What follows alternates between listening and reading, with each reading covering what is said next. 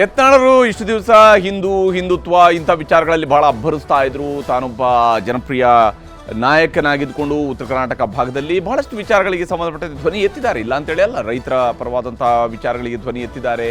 ಮೀಸಲಾತಿಯ ಹೋರಾಟಗಳಲ್ಲಿ ಮುಂಚೂಣಿಯಲ್ಲಿ ಇದ್ದರು, ಇವೆಲ್ಲ ಕೆಲಸಗಳನ್ನು ಮಾಡಿದ್ದಾರೆ. ಆದರೆ ಈಗ ನಡೆಸ್ತಾ ಇರುವಂಥ ಒಂದು ಹೋರಾಟ ಇದೆಯಲ್ಲ, ಇದು ಒಂದು ರೀತಿಯಲ್ಲಿ ವೈಯಕ್ತಿಕ ಹೋರಾಟ. ಬಂಡವಾಳ ಹೂಡಿಕೆಯನ್ನು ಮಾಡಿದ ನಂತರ ಕಂಪನಿ ಓಪನ್ ಮಾಡೋದಕ್ಕೆ ಅವಕಾಶ ಕೊಡದಿದ್ದರೆ ಏನು, ಅದಕ್ಕಾಗಿ ರೈತರ ವಿಚಾರವನ್ನು ಮುಂದಿಟ್ಕೊಂಡು ಹೋರಾಟವನ್ನು ಮಾಡ್ತಿದ್ದಾರೆ. ಸರ್ಕಾರ ವರ್ಸಸ್ BJP ನಡುವೆ ನಡೀತಾ ಇರುವಂಥ ಒಂದು ಸಂಘರ್ಷ ಇದು.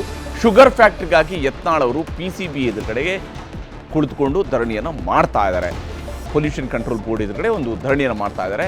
ದ್ವೇಷದ ರಾಜಕಾರಣ ಮಾಡ್ತಾ ಇದೆ ಕಾಂಗ್ರೆಸ್ ಅಂತೇಳಿ BJP ನಾಯಕರು ಆರೋಪವನ್ನು ಮಾಡ್ತಾ ಇದ್ದಾರೆ. ಬೆಂಗಳೂರಿನ MG ರಸ್ತೆಯಲ್ಲಿರುವಂತಹ ರಾಜ್ಯ ಮಾಲಿನ್ಯ ನಿಯಂತ್ರಣ ಮಂಡಳಿಯ ಕಚೇರಿಯಲ್ಲಿ ಅಲ್ಲೇ ಕುಳಿತುಕೊಂಡು ಅಲ್ಲೇ ಇದ್ದುಕೊಂಡು ಹೋರಾಟವನ್ನು ನಡೆಸ್ತಾ ಇದ್ದಾರೆ. ಅವ್ರನ್ನ ಹೋಗಿ ಭೇಟಿಯಾಗಿದ್ದಾರೆ. ಪ್ರತಿಪಕ್ಷ ನಾಯಕ R ಅಶೋಕ್ ಅವರು ಭೇಟಿಯಾಗಿದ್ದಾರೆ. ಹಾಗೆಯೇ ಬೆಲ್ಲದವರು ಹೋಗಿ, ಪ್ರತಿಪಕ್ಷದ ಉಪನಾಯಕ ಬೆಲ್ಲದ್ ಕೂಡ ಹೋಗಿ ಭೇಟಿಯಾಗಿ ಮಾತುಕತೆಯನ್ನು ನಡೆಸಿದ್ದಾರೆ. ಜೊತೆಗೇ ಬಸವರಾಜ ಬೊಮ್ಮಾಯಿ ಅವರು ಕೂಡ ಹೋಗಿದ್ರು, ಅವರು ಕೂಡ ಹೋಗಿ ಮಾತುಕತೆಯನ್ನು ನಡೆಸಿದರು. ಮಾಜಿ ಮುಖ್ಯಮಂತ್ರಿಯವರು ಅವರು ಕೂಡ ಹೋಗಿ ಮಾತುಕತೆಯನ್ನು ನಡೆಸಿ ಇವರ ಹೋರಾಟಕ್ಕೆ ಒಂದು ಬೆಂಬಲವನ್ನು ಕೊಟ್ಟಿದ್ದಾರೆ. ಆದರೆ ಇದು ಹೋರಾಟ ಯಾವ ಕಾರಣಕ್ಕಾಗಿ ಅನ್ನೋದನ್ನು ನಾವು ಗಮನಿಸಲೇಬೇಕು. ಏನಕ್ಕಾಗಿ ಹೋರಾಟ ಮಾಡ್ತಿದ್ದಾರೆ ಹಾಗಾದರೆ ಯತ್ನಾಳ್ರಿಗೂ ಈ PCBಗೂ ಸಂಘರ್ಷ ಯಾವ ಕಾರಣಕ್ಕಾಗಿ? ಕಲಬುರಗಿ ಜಿಲ್ಲೆ ಚಿಂಚೋಳಿ ತಾಲೂಕಿನಲ್ಲಿ ಒಂದು ಸಕ್ಕರೆ ಕಾರ್ಖಾನೆ ಇದೆ. ಈ ಒಂದು ಸಕ್ಕರೆ ಕಾರ್ಖಾನೆಗೆ ಸಂಬಂಧಪಟ್ಟಂಥ ಹೋರಾಟ ಇದು. ಇದನ್ನು 15 ವರ್ಷಗಳ ಹಿಂದೆ ರಾಜೇಶ್ವರಿ ಕಾರ್ಖಾನೆಯನ್ನು ಮಾಡೋದಕ್ಕೆ ಅಂತ ಹೇಳಿ ಭೂಮಿ ಪೂಜೆಯನ್ನು ಮಾಡಲಾಗಿತ್ತು. ನಂತರ ಚಿಂಚೋಳಿ ಬ್ರದರ್ಸ್ ಹೆಸರಿನಲ್ಲಿ ಫ್ಯಾಕ್ಟ್ರಿಯನ್ನು ಕಾರ್ಯನಿರ್ವಹಣೆ ಮಾಡ್ತಾ ಇತ್ತು ಈ ಫ್ಯಾಕ್ಟ್ರಿಗೆ ಸಂಬಂಧಪಟ್ಟಂತೆ. ಮುಂದೆ ಸಾಲ ಪಡೆದು ಅಲ್ಲಿ ಹಗರಣ ನಡೆದಿತ್ತು. ಹಗರಣದ ಬಗ್ಗೆ CBI ಕೂಡ ತನಿಖೆಯನ್ನು ನಡೆಸಿತ್ತು. ಅದನ್ನು ಸಾಲ ಮರುಪಾವತಿ ಇವೆಲ್ಲವುದಲ್ಲೂ ಕೂಡ ಬಹಳಷ್ಟು ತೊಂದರೆಗಳಾದವು. ಫ್ಯಾಕ್ಟ್ರಿ ಮಾರಾಟ ಮಾಡೋದಕ್ಕೆ ಬೇಕಾಗಿ 10 ಬಾರಿ ಟೆಂಡರ್ ಕರೆಯಲಾಗಿತ್ತು. ಅದನ್ನು ಬಿಡ್ ಮಾಡುತ್ತಾರೆ, ಅಂದರೆ ಅದನ್ನು ಆಕ್ಷನ್ ಮಾಡ್ತಾರೆ. ಆ ಆಕ್ಷನ್ ಮಾಡಿದಾಗಲೂ ಕೂಡ, ಹರಾಜು ಹಾಕಿದಾಗಲೂ ಕೂಡ ಯಾರೂ ಖರೀದಿಗೆ ಬಂದಿರಲಿಲ್ಲ. 10 ಬಾರಿ ಹರಾಜು ಹಾಕಿದ್ರು ಕೂಡ ಬಂದಿರಲಿಲ್ಲ. ಕಡೆಗೆ ಫ್ಯಾಕ್ಟ್ರಿಯನ್ನು ಖರೀದಿ ಮಾಡಿರುವಂಥದ್ದು ಬಸನಗೌಡ ಪಾಟೀಲ್ ಯತ್ನಾಳರು ಇದನ್ನು ಖರೀದಿ ಮಾಡ್ತಾರೆ. 5,000 ಮೆಟ್ರಿಕ್ ಟನ್ನಷ್ಟು ಕಬ್ಬು ಅರಿಯುವಂತಹ ಸಾಮರ್ಥ್ಯ ಹೊಂದಿರುವಂತಹ ಕಾರ್ಖಾನೆ ಇದು. ಚಿಂಚೋಳಿ ಭಾಗದ ಅತ್ಯಂತ ಪ್ರಮುಖವಾಗಿ ಸುಮಾರು 5,000 ಟನ್ನಷ್ಟು. ಅದರ ಜೊತೆಗೇನೆ ಮೆಕ್ಕೆಜೋಳದಿಂದ ಎಥನಾಲ್ ತಯಾರಿಕೆಗೂ ಕೂಡ ಈ ಒಂದು ಫ್ಯಾಕ್ಟ್ರಿಯಲ್ಲಿ ಅವಕಾಶ ಇದೆ. ಅಂಥದ್ದೊಂದು ಅವಕಾಶವೂ ಕೂಡ ಈ ಫ್ಯಾಕ್ಟ್ರಿಯಲ್ಲಿತ್ತು. ಇನ್ನು ಮಾಲಿನ್ಯ ನಿಯಂತ್ರಣ ಮಂಡಳಿಯಿಂದ ಕಾರ್ಖಾನೆಯನ್ನು ಬಂದ್ ಮಾಡಿಸಲಾಗಿದೆ. ಸುಮ್ಮನೆ ಮಾಲಿನ್ಯ ನಿಯಂತ್ರಣ ಮಂಡಳಿ ಯಾವುದೇ ಕಾರ್ಖಾನೆಯನ್ನು ಬಂದ್ ಮಾಡೋದಿಲ್ಲ. ಅದಕ್ಕೆ ಬಂದ್ ಮಾಡೋದಕ್ಕೆ ಅದರದೇ ಆದಂಥ ನಾರ್ಮ್ಸ್ ಇದ್ದಾವೆ. ಆ ನಾರ್ಮ್ಸನ್ನು ವೈಲೇಟ್ ಮಾಡಿದಾಗ ಪೊಲ್ಯೂಷನ್ ಕಂಟ್ರೋಲ್ ಬೋರ್ಡ್ ಅನ್ನುವಂತಹ ಒಂದು ಸಂಸ್ಥೆ ಇದೆಯಲ್ಲ, ಅದು ಭಾಳ ಕಠಿಣವಾದಂಥ ಕ್ರಮವನ್ನು ಕೆಲವು ಸಂದರ್ಭಗಳಲ್ಲಿ ತೆಗೆದುಕೊಳ್ಳಲೇಬೇಕಾಗತ್ತೆ ಮಾಲಿನ್ಯ ನಿಯಂತ್ರಣದ ವಿಚಾರದಲ್ಲಿ. ಲೈಸೆನ್ಸ್ ನವೀಕರಣ ಆಗಿಲ್ಲ ಅಂತ ಹೇಳುವಂಥ ಕಾರಣಕ್ಕಾಗಿ ಈ ಫ್ಯಾಕ್ಟ್ರಿಯನ್ನು ಬಂದ್ ಮಾಡಿಸಿದೆ ಮಾಲಿನ್ಯ ನಿಯಂತ್ರಣ ಮಂಡಳಿ. ಎಥನಾಲ್ ಉತ್ಪಾದನೆಯಲ್ಲೂ ಕೂಡ ನಿಯಮ ಉಲ್ಲಂಘನೆ ಮಾಡಲಾಗಿದೆ, ನಿಯಮಗಳ ಉಲ್ಲಂಘನೆ ಆಗಿದ್ದಾವೆ ಅನ್ನುವಂಥ ಆರೋಪವನ್ನು ಅನ್ನುವಂಥದ್ದು ಮಂಡಳಿ ಹೊಂದಿರುವಂಥ ಅಭಿಪ್ರಾಯ. PCB ವಿರುದ್ಧ ಹೈಕೋರ್ಟ್ನ ಮೊರೆ ಹೋಗಿದ್ರು ಬಸನಗೌಡ ಪಾಟೀಲ್ ಯತ್ನಾಳ್ರು. ಅವರು ಹೈಕೋರ್ಟ್ನ ಮೊರೆ ಹೋಗ್ತಾರೆ. ಹೈಕೋರ್ಟ್ನಲ್ಲಿ ಇದಕ್ಕೆ ಸಂಬಂಧಪಟ್ಟಂತೆ ಕಾರ್ಖಾನೆ ತೆರೆಯೋದಕ್ಕೆ ಹೈಕೋರ್ಟ್ ಕೂಡ ಆದೇಶವನ್ನು ಕೊಡುತ್ತೆ. ಆದರೆ ಹೈಕೋರ್ಟ್ನ ಆದೇಶ ಬಂದ ತಕ್ಷಣವೇ ಕಾರ್ಖಾನೆಯನ್ನು ತೆರೆಯೋದಕ್ಕೆ PCB ಅವರು ಅನುಮತಿಯನ್ನು ಕೊಡ್ತಾ ಇಲ್ಲ. ಪೊಲ್ಯೂಷನ್ ಕಂಟ್ರೋಲ್ ಬೋರ್ಡ್ ಅವರು ಹೈಕೋರ್ಟ್ ಆದೇಶ ಇದ್ರೂ ಕೂಡ ಕಾರ್ಖಾನೆಯನ್ನ ತೆರೆಯೋದಕ್ಕೆ ಅವಕಾಶ ಕೊಡದೇನೆ ಹೈಕೋರ್ಟ್ ಆದೇಶದ ವಿರುದ್ಧ ಮೇಲ್ಮನವಿ ಸಲ್ಲಿಕೆಗೆ PCB ಸಿದ್ಧತೆಯನ್ನು ಮಾಡಿಕೊಂಡಿದೆ. ಯಾಕಂದರೆ ಅವ್ರಿಗೂ ಕೂಡ ಕಾನೂನು ಸಮರಕ್ಕೆ ಅವಕಾಶ ಇದೆ. ಆದರೆ ಇದರ ನಡುವೆ ಯತ್ನಾಳ್ರು ಏನು ಮಾಡ್ತಿದ್ದಾರೆ ಅಂತೇಳಿ PCB ವಿರುದ್ಧ ಹೋರಾಟಕ್ಕೆ ಇಳಿದಿದ್ದಾರೆ ಬಸನಗೌಡ ಪಾಟೀಲ್ ಯತ್ನಾಳ್ರು.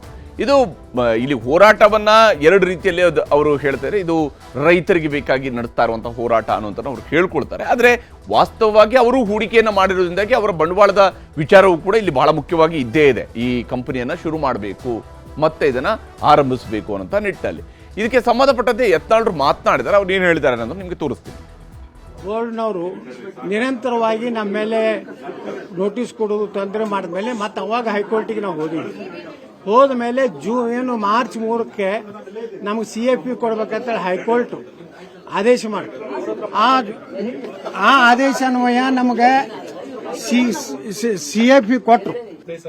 ಯಾವಾಗ 14/3/2024 ಹೈಕೋರ್ಟ್ನಲ್ಲಿ ಆಯ್ತು. CFP ಕೊಟ್ಟರು. ಅದನ್ನು ಹೀಗೆ ಗಲಾಟೆ ಮಾಡಿದ್ಮೇಲೆ ಕೊಟ್ಟರು.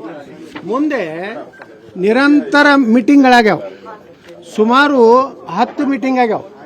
ಆ 10 ಮೀಟಿಂಗದಲ್ಲಿ ಹೈಕೋರ್ಟ್ನ ಆದೇಶದ ಮೇಲೆ ಕೊಟ್ಟರೂ ಸಹ ಅದನ್ನ ಕನ್ಫರ್ಮೇಷನ್ ಮಾಡಬೇಕಾಗಿತ್ತು ಎಲ್ಲಿ ಮೀಟಿಂಗ್ನಲ್ಲಿ, ಅದನ್ನು ಡೆಫರ್ಡ್ ಮಾಡ್ಕೊತ ಬಂದರು.